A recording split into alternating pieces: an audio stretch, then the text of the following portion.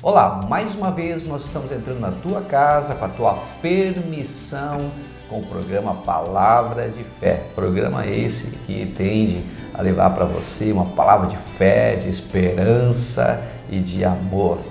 Hoje nós estamos com a presença do pastor Roosevelt da Igreja Batista Brasileira e é realmente para nós algo assim muito bom. Pastor Roosevelt, por favor, se apresente ao povo de Santa Maria. Olá, como vai? Eu sou o pastor Roosevelt, pastor da Primeira Igreja Batista em Santa Maria. Estou aqui nessa cidade há 34 anos, já sou pastor há 38, já que eu comecei em Caxias do Sul e lá eu fiquei há 4 anos. Então nós estamos por aqui e louvando a Deus por essa cidade tão agradável, por esse estado tão rico e maravilhoso que nós aprendemos a amar. Então hoje já podemos dizer que o senhor já é um cidadão santamariense já. Sim, com certeza. Há tanto tempo, né, pastor, estando aqui. O senhor poderia falar qual é os dias de culto e o endereço da sua igreja e das outras também congregações que há aqui na cidade da Igreja Batista Brasileira? Sim, nós temos, a nossa sede é em frente ao Colégio Manuel Ribas, na rua José do Patrocínio, no número 92. Nós temos na Elvo Basso, a nossa 4ª igreja, temos em Camobi, a nossa 3ª igreja, e temos também lá na Coab Tancredo Neves, a nossa 2ª igreja. Muito bem. Quando é que o senhor começou o ministério, pastor? E quais assim foram as maiores dificuldades nesse período tão longo já de ministério? Sim, nós começamos, eu fiz o seminário em 76, terminei em 79, em 80 já estava aqui no Rio Grande do Sul, debutando no ministério. Eu quero dizer o seguinte, quando existe amor, quando existe um amor duplo, né? Quando existe um amor mútuo, você não sente tantas dificuldades, né? E nessa igreja lá em Caxias do Sul foi uma igreja de muito amor, de muito carinho, de aconchego, eu conhecendo uma nova cultura, um novo povo, um povo muito querido, a igreja nos recebendo, mas as dificuldades que vêm, aliás, as grandes alegrias e as grandes dificuldades vêm na maioria das vezes por relacionamentos. Então, as grandes dificuldades que eu passei são dificuldades com relacionamentos, pessoas que te decepcionaram, pessoas que não correspondeu àquele amor, àquele carinho que você deu. Então, a gente se entristece muito, mas são essas. Quando tem amor, realmente as coisas se diminuem bastante. Eu costumo até falar que não há crescimento sem dor, né, pastor? E nós, pastores, né, os sacerdotes em geral, que convivem com o povo e tem o relacionamento desde do nascimento, a vida e inclusive a morte das pessoas mais próximas da gente, a gente convive com isso. E há uma pesquisa nos Estados Unidos falando das profissões, que são aquelas profissões onde tem as maiores dores, e entre elas a de pastor. E nós sabemos que há muitos pastores, obreiros que estão nos ouvindo. O que o senhor diria para essas pessoas que estão enfrentando essa dor do ministério, de apacentar, da traição, do abandono, da solidão? O que o senhor diria para essas pessoas, pastor? Jesus Cristo, quando conta uma história, ele diz que um pastor tinha no seu rebanho 100 ovelhas, uma sai, e ele vai, deixa as 99, vai à procura da 100ª e volta com ela ali, alegre e feliz, e com isso contrata os amigos para que possam participar de uma grande festa. Assim é o pastor. O pastor, ele tem amor, intimidade, amizade com a sua ovelha, então ele sofre com ela, se alegra com ela. Então, por exemplo, quando você tem que fazer um funeral de alguém que faleceu às 4 horas da tarde, e você tem que estar às 19 horas numa festa de 15 anos de uma outra família. Isto é uma deidade de coisas que você sente no seu coração, tanto a tristeza como a alegria, e aquilo você encontra hoje, infelizmente, muitos pastores que têm problema de pressão alta, por causa dessas preocupações. Então, essa empatia que nós temos com as pessoas que nos fazem sofrer e que nos dão alegria. Amém. Nós estávamos conversando um pouco antes de entrar aqui sobre a questão de um perfil do povo de Deus, e a palavra de Deus diz que o povo de Deus é o povo mais feliz dessa terra. Mas muitas vezes isso não condiz com a realidade. O que o senhor acha? Eu conclamo a felicidade, né? Jesus disse que ele veio para nos dar vida e vida em abundância, muita vida, qualidade de vida. As nossas igrejas, elas ensinam sobre qualidade de vida, a boa qualidade de vida para a família, para os filhos. Então nós temos que celebrar isso. A nossa vida tem que ser uma celebração dessa vitória, dessa alegria que Deus mandou que nós tivéssemos. Amém. Quais as maiores alegrias, pastor, à frente do ministério ao longo desses anos todos? Olha, duas coisas que são importantes para nós, né? O nosso ministério e a nossa família. A grande alegria que eu tenho é de ter ouvido dos meus filhos dizerem sim para Jesus, os 4 filhos. Depois eu os batizei. Depois eu fiz o casamento deles. E já estou batizando os meus netos. E eu sinto como Noé, que quando estava entrando na arca, talvez ele olhasse para trás e visse toda a família entrando. E ele deve ter pensado assim, valeu a pena. E hoje os filhos são atuantes na obra do Senhor, amando a Jesus. Então isso é a minha premiação. A maior herança, exatamente, né? Os filhos na igreja, os filhos trabalhando na obra, produzindo, né? Isso é muito bom. Mas sabemos também que a vida não é só feita de bons momentos, a vida também é feita de momentos difíceis, de dor. Qual o seu pior momento dentro do ministério? O pior momento, como eu disse anteriormente, são as pessoas, né? Porque nós amamos as pessoas. E nós estamos vendo hoje uma futilidade tão grande e valores que são colocados abaixo do nível. E nós estamos vendo pessoas com toda a possibilidade de se soerguerem, mas caindo, né? E isso nos dá tristeza em nosso coração. Nós temos uma mensagem viva. A nossa mensagem é uma mensagem de esperança. A nossa mensagem é uma mensagem que nós sabemos que vai dar certo até o final e depois do final ainda.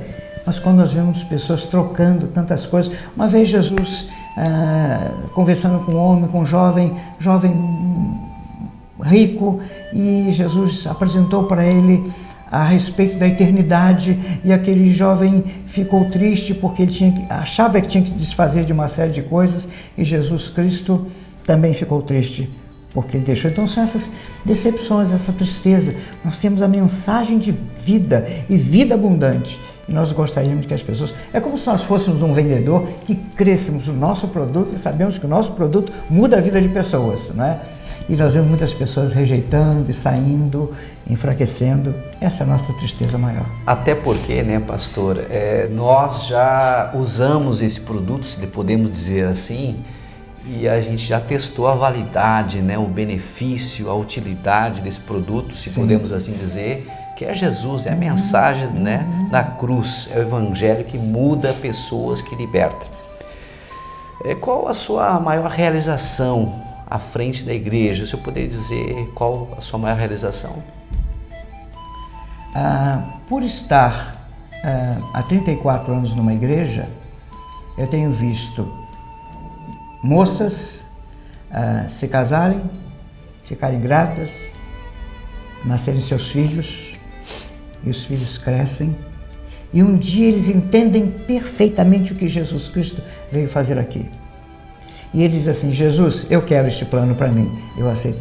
Não tem realização maior do que aquilo. Não é somente uma religião, não, é algo é um muito relacionamento. maior. É um relacionamento, não é religião, é um relacionamento intenso com Ele. Até porque religião, por melhor que seja, obras, por melhor que seja, ela é insuficiente para trazer essa realização e a salvação, né, pastor? Sim. A religiosidade em si só, ela não traz satisfação. ela traz exigências, cumprimento de determinadas coisas, mas Jesus Cristo nos dá liberdade. E você tem a liberdade de amá-lo, você tem a liberdade porque você escolheu. A liberdade de você amar, como por exemplo a sua esposa, porque você escolheu a sua esposa, ninguém impôs para você. Então isso é gratificante, é gostoso demais. Amém, amém. Quantas igrejas, né, Santa Maria possui aqui da Igreja Batista Brasileira? Nós temos 4 aqui, 2 em outras cidades, estamos agora entrando para a 7ª, que vai ser em Tupã-Seretã, se Deus quiser. Já temos uma média de 60 pessoas frequentando lá, então logo, logo. Amém. A gente sabe que onde uma igreja ela é aberta, né, pastor? Ela impacta a vida da sociedade. Sim. Né? Muitas pessoas acabam saindo das drogas, lares, né, são refeitos, né? O senhor poderia colocar, pela sua experiência, esse impacto que a igreja ela realmente detém na sociedade, na comunidade onde ela está inserida? Pois não. Eu gostaria de dizer que em todas as áreas da sociedade, desde presidiários, desde pessoas que vivem uma vida não condigna com a nossa sociedade, mesmo pessoas que estão à beira do suicídio, pessoas que estão em depressão, mas também pessoas que estão integradas, pessoas que amam suas famílias, pessoas que têm um bom relacionamento no seu trabalho, pessoas que são honradas, pessoas que são honestas, pessoas que têm caráter. Mesmo essas pessoas, quando encontram essa experiência com Cristo Jesus, a experiência do Evangelho, que quer dizer boa notícia que Ele veio nos dar, há uma mudança radical dentro do seu coração. Então, o Evangelho, ele não só atende as pessoas que estão à margem da sociedade ou à margem da lei, mas as pessoas também que são integradas nas suas famílias, têm bons relacionamentos, mas quando eles encontram Jesus, dizem, encontrei aquilo que estava faltando em meu coração. Alguém diz que todo ser tem um vazio dentro de si, e esse vazio, ele é preenchido por Deus. A palavra ruar, que quer dizer vento, e a palavra pneuma, também que quer dizer vento, é para qualificar o nosso espírito, essa nossa respiração. E quando nós estamos respirando, alguém diz que nós estamos à busca de Deus. E quando nós o encontramos, então, nós somos completos por Ele. Esta é uma vida exuberante. Amém, pastor. Nós sabemos que a Igreja Batista, ela é uma igreja que trabalha muito com missões e também faz um trabalho social muito significativo. E nós sabemos da importância da igreja ser uma igreja relevante, importante na comunidade, até porque temos que pensar o que aconteceria se porventura a nossa igreja ela deixasse de existir, o que aconteceria naquele momento para a sociedade, para aquela comunidade. Então, por favor, fala sobre isso, pastor. Nós temos a nossa junta de missões, os batistas brasileiros têm a nossa junta de missões mundiais. Hoje nós temos cerca de 1000 missionários espalhados pelo mundo. E agora a nossa junta está voltando para áreas mais críticas, né? Tirando um pouco da Europa, tirando um pouco até do Canadá e transportando os nossos missionários para o Oriente Médio e outras áreas, né, mais difíceis. Nós temos cerca de 1000 missionários também espalhados pelo Brasil em outra junta, chamada Junta de Missões Nacionais. E temos a nossa Junta de Missões Estaduais, que em 492 municípios, parece, 92 ou 98, nós ainda não chegamos a 100 municípios com trabalhos batistas. Mas nós queremos alcançar todos eles. Então, nós dizemos assim, uma vez alguém disse assim, nós vamos matar todos os crentes. E alguém disse assim, se vocês matarem todos os batistas, o último vai se levantar para ser um missionário. O missionário é aquele que leva a missão de que Jesus Cristo é uma nova esperança, Jesus Cristo é uma nova vida com Ele. Então nós acreditamos em missões e nós sabemos que quando o Evangelho for pregado a todo mundo, então o nosso Senhor voltará. Amém. além da questão da missão, né, pastor, as obras sociais, a ação social Sim. da igreja, ela é muito importante. Por favor, Sim. fala um pouquinho sobre isso. Nós temos, assim, espalhado pelo Brasil, diversas obras como abrigos, asilos para crianças, para pessoas de idade. Aqui, especialmente em Santa Maria, nós alimentamos já há 8 anos recicladores, papeleiros, que todos os dias estão na igreja, todos os dias almoçam lá. Nós já servimos a outras organizações que não têm um lugar para se reunir. Nós já oferecemos, inclusive, para a Defesa Civil, uma das nossas salas. Nós queremos servir, porque o Evangelho, ele alcança o homem integralmente. E nós queremos fazer como Jesus Cristo fazia, que alcançava as necessidades das pessoas, físicas, emocionais, sentimentais, um apoio. Amém. É muito importante isso, né, pastor? Porque muitas pessoas, elas não entendem esse trabalho da igreja e às vezes ficam até criticando, né? Que igreja é só para tirar dinheiro das pessoas, mas elas não compreendem esse trabalho social que realmente faz a mudança na vida. Sabemos, por exemplo, lá em São Paulo, tem a chamada Cristolândia, onde era a Cracolândia, né? Um trabalho que nós sabemos que é da Igreja Batista Brasileira também. Sim. Muito importante. Você poderia falar um pouquinho sobre isso? Nós temos tido assim um resultado muito grande. 60% das pessoas que foram procurar o nosso trabalho na Cristolândia, 60%, eles se reabilitaram. Muitos se casaram, criaram suas famílias, outros voltaram para a família. Nós temos alguns missionários lá, vindo da Cracolândia. Então, realmente, eu quero louvar a Deus por esse trabalho que tem sido feito lá, porque tem sido um trabalho de recuperação das pessoas. E nós só não podemos fazer mais porque faltam recursos que ainda, né? Mas nós gostaríamos, nós temos esta ferramenta tem alcançado pessoas. Então, é um trabalho que tem sido feito não só na Cracolândia de São Paulo, mas em diversos lugares onde existem Cracolândias. Amém, pastor. Qual é a mensagem que mais lhe toca no coração quando o senhor lê, quando o senhor medita a palavra de Deus?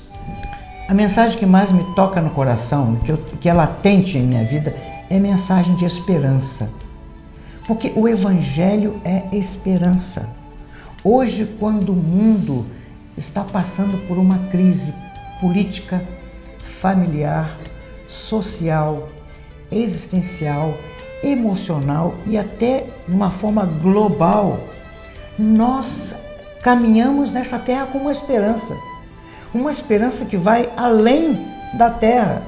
Então, nada melhor do que você caminhar e você andar e você viver. Não, Cristo está comigo, Cristo, Ele me ama, Cristo, Ele está nas minhas dificuldades, Ele pode me ajudar, Ele pode não me ajudar, mas Ele me ama. E é nessa esperança que nós vivemos, até o encontro que nós vamos ter com Ele. O cristão não tem medo da morte.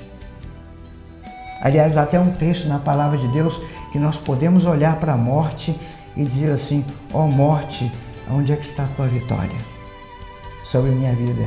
Porque Cristo, Ele morreu por nós e Ele nos garantiu esta vitória. Então, nada melhor há do que andar com essa esperança. E falar em morte, né, pastor?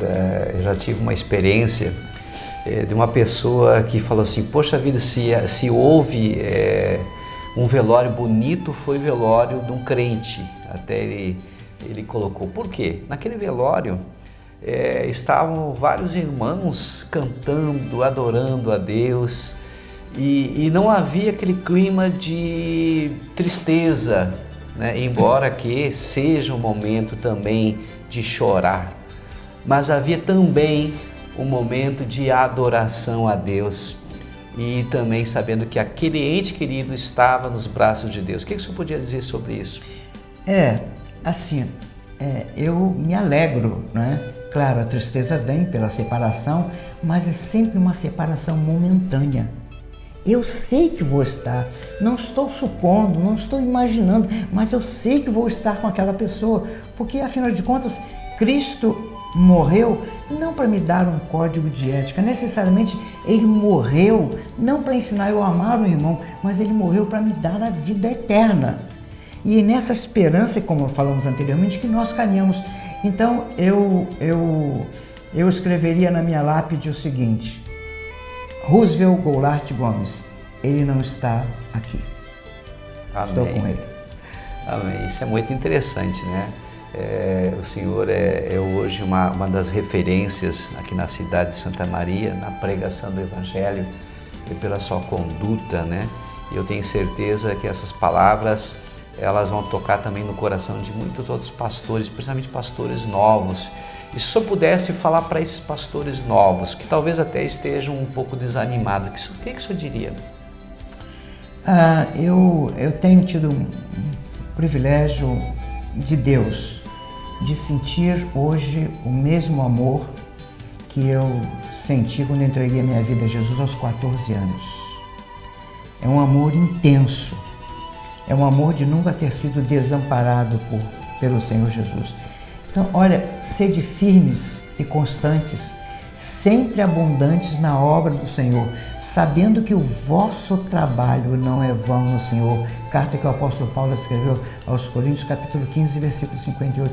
Há uma premiação. Eu me lembro agora de Estevão sendo apedrejado, mas a referência bíblica é que Jesus estava de pé do lado do trono, como que recebendo o primeiro Marte, morrendo por amor a ele. Não desanime, meus queridos irmãos. Uma vida que encontra Jesus Cristo pela instrumentalidade do Espírito Santo, usando as nossas vidas, não tem preço, não tem valor. Nós sabemos, né, pastor, que muitas pessoas hoje estão envolvidas com muita dor, muito sofrimento. Às vezes um filho nas drogas, uma filha na prostituição, uma perda, né, de um amigo, até mesmo de um cônjuge também. E o que o senhor diria para essas pessoas que estão sofrendo hoje e muitas vezes não conseguem encontrar solução para essa dor? Existem vários textos de Jesus que ele falou sobre isso. Eu queria citar a fé. Há uma história em que um homem possuidor de muita fé estava falando sobre Cristo em numa zona onde havia muitos terremotos, né? E ele abriu a palavra de Deus e leu, onde dizia: se você tiver fé como um grão de mostarda, direis esta montanha, salte daqui para o meio do mar, e isso vai acontecer. Quando ele leu isso, houve um terremoto, o início do terremoto. Ele disse assim: ainda não ordenei, estou só lendo a palavra de Deus. A fé em Cristo Jesus, ela vai ajudar, ela vai renovar o teu ânimo, ela vai te dar alegria, e mais adiante você vai ver, passou, porque Cristo esteve comigo. Amém. Nós sabemos que a nossa cidade, pastor, ela já enfrentou assim grandes dores, né? Como o caso Kiss, nós estamos enfrentando hoje o caso dessa doença, a toxoplasmose também. E muitas pessoas ficam perturbadas com tudo isso. O que o senhor diria para essas pessoas? Bom, em primeiro lugar, nós temos que fazer a nossa parte, né? Nós temos que contribuir com alguma coisa, porque essa cidade, nós fazemos parte dela, né? E nós temos que contribuir para que alguma coisa minimize. No caso dessa enfermidade que estamos passando agora, vendo crianças, inclusive alguns até falecerem, né? Apreensão de mulheres grávidas, nós podemos dar uma palavra de ânimo, nós podemos ensinar pessoas que às vezes não sabem como viver nesse momento e contribuir até que a nossa cidade tenha um pouco mais de higiene, né? Também. Nós fazemos parte. É como se nós precisamos entender como se fosse uma grande família. E o que eu posso contribuir? Eu me oferecer, inclusive, né? E fazer parte desta comunidade, porque nela eu vivo, nela meus filhos vivem, nela os meus amigos vivem. Então eu tenho que contribuir de alguma forma mais efetiva para que essa cidade possa, tão sofrida como foi dita o desastre que houve lá na Boate Kiss, pais que sofreram, perderam, até hoje sofrem, né? Sofrem, mas há uma vida além. a uma vida depois dessa. Tudo passa, tudo vai passar, tudo. Você pode ter no passado tido muitas experiências desagradáveis, hoje não, passou, tudo passa. Mas nós temos que semear para a nossa vida, que é eterna. E aí é só com Cristo Jesus. Ele disse, eu sou o caminho, a verdade, a vida. Ninguém vem ao Pai senão por Ele. Muito bem. É muito importante essas palavras, até porque muitas pessoas realmente elas ficam desorientadas, elas ficam sem saber para onde vão, né? Então essa palavra, que é a palavra de Deus, nos dá um norte, né? E o norte é Jesus, né? Eu gostaria que o senhor pudesse fazer uma oração, né? Oração por Santa Maria, oração pelas autoridades constituídas e trazendo uma bênção muito especial para a nossa cidade e colocando a nossa cidade e todas as autoridades, porque é nosso dever orar, né? Diante do Senhor. Pode ser, pastor? Okay, pode ser. Senhor Deus, eu quero te agradecer por esta oportunidade tão grande de agora estar falando e comunicando a todo este povo de Santa Maria, um povo que tu tens um amor muito profundo, um povo pelo qual teu Filho Jesus Cristo também morreu numa cruz para dar novas possibilidades, um novo Evangelho, Senhor Deus. E Pai querido, eu te rogo, Senhor, que tu possas de uma forma muito especial olhar para esta cidade e abençoá-la. Senhor Deus, tu és o Senhor de todas as bênçãos. Tu podes abrir todas as portas e janelas do céu e derramar sobre ela muitas bênçãos. Faça isso, Pai, em nome de Jesus. As autoridades, Senhor Deus, da nossa cidade, dê a cada um deles, Senhor Deus, discernimento, sabedoria, Senhor Deus, honestidade, Senhor Deus, para que esta cidade seja abençoada através dos nossos líderes e dos nossos governantes, Senhor Deus. Tenha misericórdia daqueles que sofrem, daqueles pais que não conseguem levar um prato de comida para os seus lares, Senhor Deus. Mas ajude-nos, Senhor, que nós possamos viver nessa cidade tão rica, tão linda, cercada por essas montanhas tão lindas, Senhor Deus, de uma forma agradecida a Ti. Eu peço isso, Senhor Deus, em nome de Jesus. Amém. Amém. Amém. Deus te abençoe. Até o próximo programa, se Deus quiser.